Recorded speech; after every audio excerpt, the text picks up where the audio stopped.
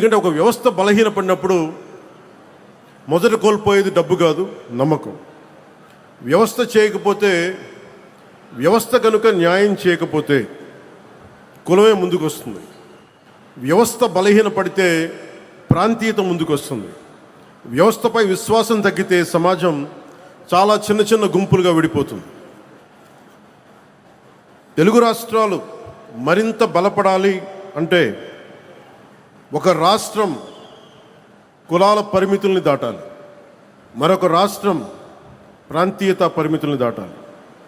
మనందరం కలిసి భారతీయత వైపు అడుగులు వేయాలి. అందుకే నేను పంచాయతీరాజ్ గురించి మాట్లాడేటప్పుడు కేవలం పరిపాలన గురించి, పథకాల గురించి, చేసే పనుల గురించి మాట్లాడటానికే పరిమితం కాదు.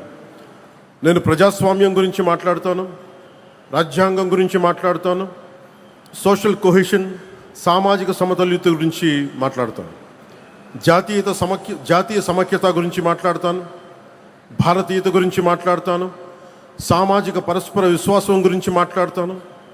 ఈ మధ్య మేము పరిష్కరించిన విజయనగరం జిల్లాలోని ఒక పెద్దపెంకి గ్రామంలో ఫైలేరియా సమస్య ప్రత్యక్ష ఉదాహరణ. పంచాయతీరాజ్ సమస్య కోసం, సంస్కరణల కోసం చాలా కమిటీలు వచ్చినాయి. ఒక Balwant Rai Mehta committee, Ashok Mehta committee, GVK Rao గారి కమిటీ, ఎల్ఎం సింఘ్వి కమిటీ. ఈ ప్రయాణం చివరికి 1972లో 73వ రాజ్యాంగ సవరణగా రూపుదిద్దుకుంది.